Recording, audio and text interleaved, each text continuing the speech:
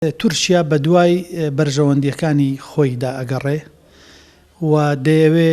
ستراتیژیەت و ئەمنی نەتەوەی خۆیان بپارێزن لە ناوچەکەدا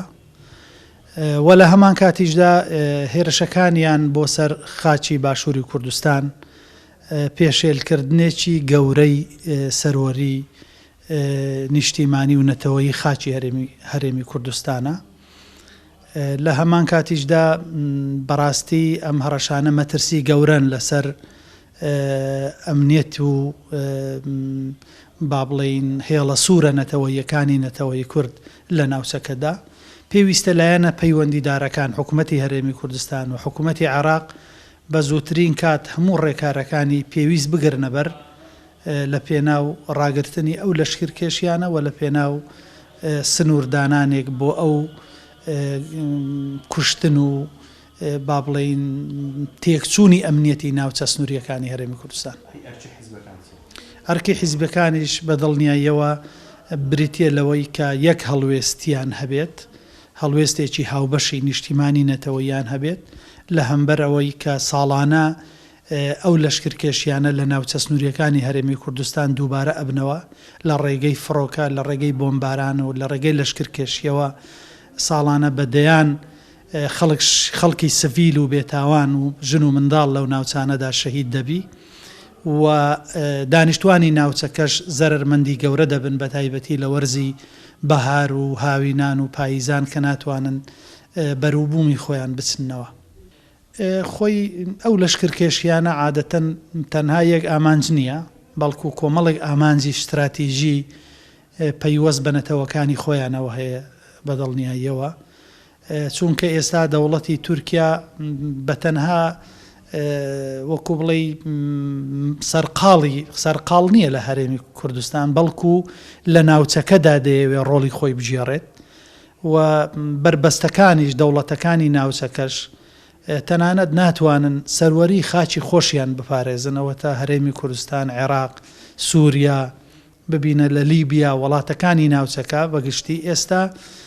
پرسی تورکیا بوویتە پرسێکی موزعیج بۆ وڵاتانی عەرەبی، بۆ جامیعەی عەرەبی، بۆ وڵاتان بەگشتی. بۆیە بە قەناعەتی من ناوچەکە بەرەو ئاڵۆزیەکی گەورەتر دەڕوە ئەگەر بێت و ئەو تەدەخول لە خارجیانە بۆ وڵاتەکان و کاروبارە ناوخۆی وڵاتەکان سنووردار نەکرێت. بۆ خۆتان زان کە بارودۆخێکی ناهەموار ڕوو لە هەرێمی کوردستان کردووە لەولای تورکیا و لەولای ئێران و لەولا حکوومەتی عێراق بە بڕینی بودجە و ناکۆچە ناوخۆی سیاسی ناوخۆیەکان ململانی قوڵە ناوخۆیەکان ئەمانە هەموو بوونەتە هۆکار کە ئێمە ئەمنی قەومیمان لە ئێستادا و هەرێمی کوردستان کیانی هەرێمی کوردستان لە بەردەم مەترسێکی گەورەی هێرشی داگیرکاری دەوڵەتانی داگیرکار و بەتایبەتیش تورکیا و ئێرانە ڕوبەڕوومان بۆتەوە. لەبەرەوە بارودۆخێکی ناهەموار هاتوۆتە پێشەوە و هەر کاتێ کورد لە ناوەوە لە یەکتر دوور بێ سیزابەی نەبێت لەگەڵ یەکتر و تێڕوانینەکانیان تێڕوانیەکی وەکو جاران دەمانوت گوتارێکی هاوبەشی نەبێ بەرامبەر بە دوژمنانی بارودۆخمان لەوە باشتر نابێ. ئاشکرایەکە دەوڵەتی تورک سیاسەتەکانی ڕوون و ئاشکران وانەی شاردۆتەوە لە چوارچێوەی کە داگیرکاری هێرشەکانی خۆی پەرە پێدەدا و تاوەکو ئێستا کە ڕاستیەکەی وەکو ئاماژەم پێکرد کە پەرش و بڵاوی لایەنە سیاسیەکان وای کردووە کە تاوەکو ئێستا کە ناڕزایەتیەکان بۆ ڕوبەڕووبوونەوەی ئەو داگیرکاریە کە دەوڵەتان ئەنجامی دەدەن و تورکیا لەلایەک و ئێران لەلایەک و بەتایبەتیش تورکیا هۆکارەکەی تاوەکو ئێستا پەرش و بڵاویە نەبوونی گوتارێکی هاوبەشە لە چوارچێوەی ئیدانەکردنی بەیاننامەیەک پێویستی بە هەوڵ هەیە بەداخەوە پارت لایەنە سیاسەکان هیچ کاتێک وەکو ئێستا کە ئەوەندە لە یەکتر دوور نینە پێویستە لێک نزیک ببنەوە مبادراتی یەکتر بکەن و بارودۆخەکە بەتایبەتیش دەسەڵاتدارەتی لە هەرێمی کوردستان لە هەمومان باشتر هەست بە مەترسیەکانی ئەم جۆرە هێرشکاری و ئەم جۆرە خستنە بەرتەسچەی دەوڵەتانی هەرێمایەتی دەکەن. لەبەر ئەوە پێم وایە بارودۆخەکە تێدەپەڕێنرێ، بەڵام پێویستە بە شێوازێکی یەکگرتوانە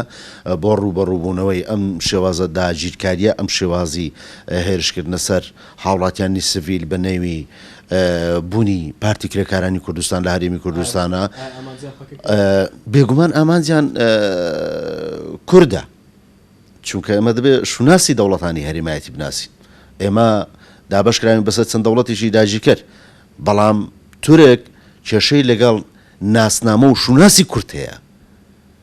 ڕەنگە دەوڵەتانی دیکە کێشە سیاسیەکانیان هەمان دەوڵەتی داگیرکارن بەڵام تێڕوانینی دەوڵەتێک بۆ دەوڵەتێکی دیکە جیاوازە ینی هەموو بۆ مەگەر لە لیبیا کورتێ دەوڵەتی داگیرکاری تورکیا دەچێت لەوێ داگیرکاری دەکا نەخێر شوناسی کورد داگیرکاری و